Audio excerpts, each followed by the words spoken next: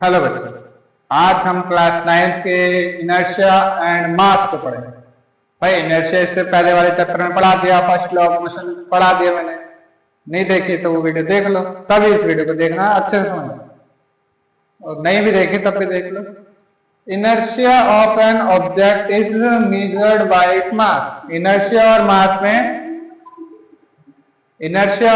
में क्या रिलेशन है हमको ये देखना है। Inertia of an object is measured by its mass. Inertia किससे नाप सकते हैं हम? मास से नाप सकते हैं। अभी पता चलेगा कैसे।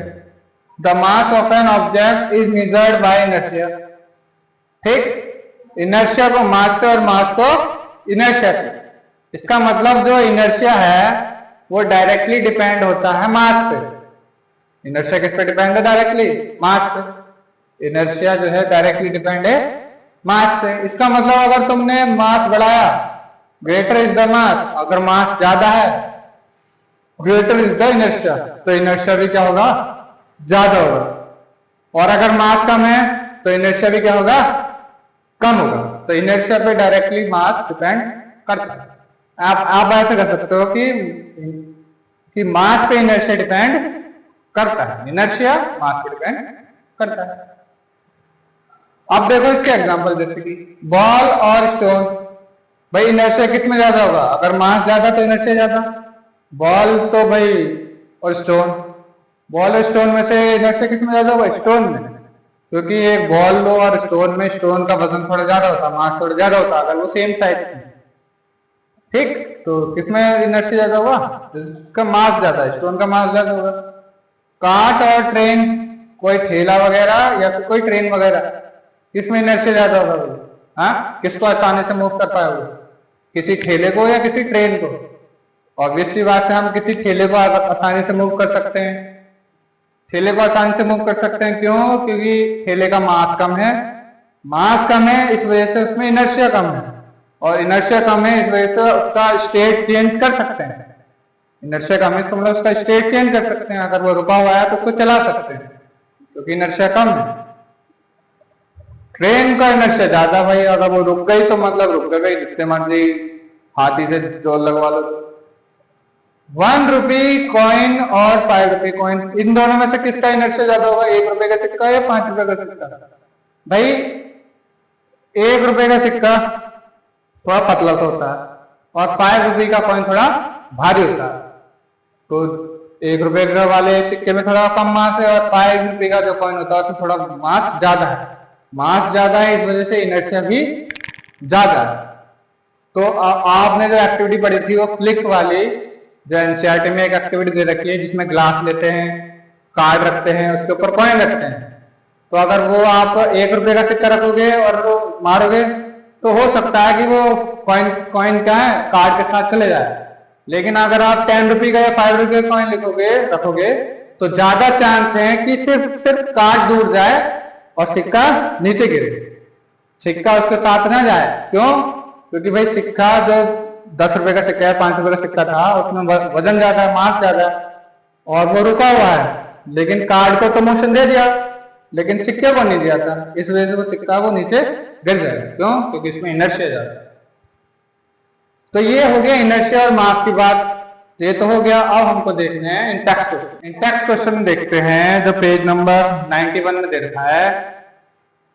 पहला क्वेश्चन क्या है? Which of the following has more inertia? किसमें ज्यादा इनर्शिया है हमको वो बताना। ठीक है भाई, बता देंगे। पहला part, a rubber ball and a stone of the same size. एक रबर बॉल में इनर्शिया ज्यादा होगा या स्टोन में? भाई इनर्शिया डिपेंड करता है मास पे, तो रबर और स्टोन के मुकाबले में स्टोन में ज्यादा मास होगा, स्टोन में ज्यादा मास होगा। तो इसका मतलब स्टोन में इनर्शिया क्या होगा? ज्यादा होगा। ये रबड़ गिनने लिख दो भाई, यहाँ क्या आएगा? स्टोन। स्टोन में क्या होगा? इनर्शिया ज्यादा होगा। बी, आ बाइसिकल और आ ट्रेन। बाइसिकल में इनर्शिया ज्यादा होगा या ट्रेन का? भाई बाइसिकल के मुकाबले ट्रेन का मास ज्यादा है, और मास ज्यादा है इसका मतलब ट्रेन में इनर्शिया भी ज्यादा है, तो ट्रेन। पहला वाला कैसे गलत लिख दिया? सी, आ 5 रुपी कॉइन और आ 1 रुपी कॉइन।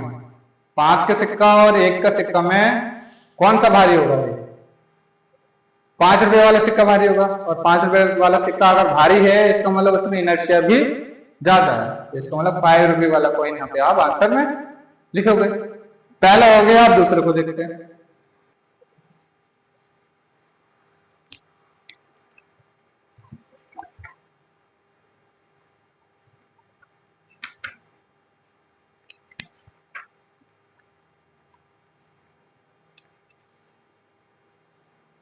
सेकंड क्वेश्चन को देखते हैं। सेकंड क्वेश्चन में क्या है, इन द फॉलोइंग एग्जाम्पल, जो नीचे एग्जाम्पल दे रखा है क्वेश्चन में, try to identify the number of times the velocity of the ball changes. पता लगाओ कितनी बार बॉल की वेलोसिटी बदली है। और वेलोसिटी कब कब बदलती है भाई साहब? जब या तो आप उसके कान मरोड़ दो, मतलब जब आप उसकी मैग्नीट्यूड चेंज कर दो एज वेल एज, या फिर डायरेक्शन बदल दो। मैग्नीट्यूड बदल दी, डायरेक्शन बदल दी, तब क्या वेलोसिटी बदल जाती है। या इन दोनों में से एक बदल दो या दोनों बदल दो, तब वेलोसिटी बदलती है। डायरेक्शन से भी है ना। तो इसमें लिखा है अ फुटबॉल प्लेयर किक्स अ फुटबॉल, एक फुटबॉल प्लेयर ने किक्स अ फुटबॉल, फुटबॉल मारी टू अनदर प्लेयर, दूसरी तरफ, of his team who kicks the football towards the goal. मैंने किसी और को बोल दी, फिर उसने क्या करी, लात मारी टुवर्ड्स इट, गोल कर दिया। मैंने किसी और को दी और उसने गोल कर दिया, ठीक है। The goalkeeper of the opposite team collects the football and kicks it towards a player of his home team. तो गोलकीपर ने क्या करा, उसको पकड़ा, मतलब बॉल को कलेक्ट करा और किक कर दिया ऑफ हिज ओन टीम, उसी अपने टीम मेंबर वाले को, प्लेयर को गोल दे दी। अब देखते हैं इसका आंसर कैसे लिखोगे। तो हमने लिखना था, पहले उसने पूछा था कितनी बार वेलोसिटी बदली, तो भाई साहब 4 बार। 3 तिगाड़ा काम बिगाड़ा, इसलिए 3 बार नहीं बदली, उन्हें बदली 4 बार, है ना। 3 तिगाड़ा काम बिगाड़ा होता है भाई, ऐसा हम लोग कहते हैं normally. When player kicks a football to another player, कब पहली बार कब बदली, जब एक प्लेयर ने दूसरे प्लेयर को बॉल दी। दूसरी बार कब बदली, when another player kicks the football towards गोल, जब दूसरे वाले प्लेयर ने गोल करा तब बदली होगी भाई। कब, तब कैसे बदली होगी भाई, जब मैंने उसको बोल दी या किसी प्लेयर ने उसको बोल दी, ठीक है भाई, मैंने लात मारी, वेलोसिटी आई, तो एक बार वेलोसिटी बदल दी। अब वो गोल करेगा तो भाई डायरेक्शन नहीं बदली होगी, उसी डायरेक्शन में जा रहा होगा भाई, डायरेक्शन बदली होगी या स्पीड बदली होगी, कुछ तो हुआ होगा। इसको मतलब सेकंड केस में भी वेलोसिटी बदली। थर्ड वाले में गोलकीपर भैया ने क्या करा, स्टॉप द फुटबॉल, कलेक्ट करा, तो कलेक्ट क्या, रुकी तो होगी, कभी तो रुकी, तो गोलकीपर ने भाई रोकी होगी, पकड़ा होगा, कलेक्ट करा होगा, तो गोलकीपर ने उसकी वेलोसिटी बदली। फोर्थ वाले में when the goalkeeper kicks football towards his team member, team player, कुछ भी कह सकते। फोर्थ में जब गोलकीपर ने अपने टीम की तरफ बॉल को फेंका, तो लात मारी तो भाई स्पीड में गई होगी बॉल, तो तब चौथी बार वेलोसिटी बदली। फिर इसमें लिखा था आइडेंटिफाई द एजेंट, हमें एजेंट बताना है कब कब किसने वेलोसिटी बदली। भाई पहले केस में तो प्लेयर ने बदली वेलोसिटी, और प्लेयर ने क्या मारी थी भाई, लात, तो ये एग्जैक्ट है ना, एजेंट का बिल्कुल ही एग्जैक्ट पार्ट हो गया। सेकंड केस में दूसरे प्लेयर ने, थर्ड केस में गोलकीपर वाले भैया ने, गोलकीपर ने। और जनरली हम अगर फुटबॉल मैच देखते हैं तो वो हाथों से ही, गोलकीपर लगभग हाथों से ही रोका होगा, गिर गिर के, है ना, हाथों से ही रोकते हैं, उसके पैरों में तो देगा नहीं भाई, कोई पागल है क्या गोल करने के लिए उसके पैरों में देगा, वो पैरों से तो एकदम रोक देगा। तो दूर दूर देते हैं, थोड़ा और दूर देते हैं, तो दूर जल्दी पैर पहुंचेंगे, एकदम से गिर के हाथ पहुंचेंगे, इसलिए जनरली हाथ से ही रोक पाता है गोलकीपर, इसलिए हैंड लिखा है, थोड़ा दिमाग लगा। फोर्थ केस में गोलकीपर क्या करेगा भाई, फिर से लात मारेगा, तो फोर्थ केस में फिर से फुट आ गया, ठीक। अब हमको देखना है थर्ड क्वेश्चन। थर्ड क्वेश्चन को देखते हैं। थर्ड क्वेश्चन में क्या है, explain why some of the leaves में get detached from a tree. वो कह रहा बताओ क्यों, कुछ सारी थोड़ी गिरेंगी भाई, कुछ लीव्स गिर जाती हैं पेड़ से, जब तुम उसको क्या करोगे, if we vigorously shake its branch, अगर हम उसकी ब्रांच को, उसकी टहनी को जोर जोर से लाएंगे, विग्रसली शेक करेंगे, तो क्यों कुछ लीव्स गिर जाती? बताओ भाई क्यों गिर जाती है भाई? ऐसा क्या है, शक्तिमान बनना चाहते हैं क्या? ना ना, क्यों? कुछ तो साइंस लगी होगी, तो देखते हैं कौन सी साइंस लगी हुई। जो अभी हमने पढ़ा वही लगा है ना। If we vigorously shake branch of the tree, अगर ट्री को या फिर पूरी ब्रांच को ऐसे करके हिलाते हो, ट्री को तो नहीं हिला पाओगे, बड़े ट्री की बात कर रहे हैं। द लीव्स फॉल, लीव्स क्या हो जाएंगे भाई? गिर जाएंगे, लीव्स गिरेंगी, सारी नहीं गिरेंगी। तुम जब भी हिलाते हो सारी थोड़ी गिरती, कुछ गिरती। Because of inertia of leaves, किस वजह से गिर जाती है भाई? लीव्स क्यों गिर जाती है? अगर छोटा सा आंसर बताऊं तो बिकॉज ऑफ इनर्शिया, इनर्शिया के, लीव्स के इनर्शिया की वजह से लीव्स गिर जाती है। अकड़ की वजह से, अकड़ती है ना, अकड़ेगी तो वही गिरेगी। बाय शेकिंग द ब्रांच, वो क्या कह रहा है, हम क्या कह रहे हैं? बाय शेकिंग द ब्रांच, आप जब तुम ब्रांच को शेक करते हो, इट गेट मोशन, ब्रांच में क्या आ जाता है भाई? मोशन आ जाता है। But leaves are in rest, जब हिलाया पेड़ को तो पेड़ की टहनियां तो मोशन में है, लेकिन लीव्स थोड़ी ना मोशन में है भाई, लीव्स तो रेस्ट पे थी, मोशन तो हमने ब्रांच को दिया है। But leaves are in rest state, so due to inertia, और इनर्शिया के कारण ही लीव्स अपोजेस अ चेंज।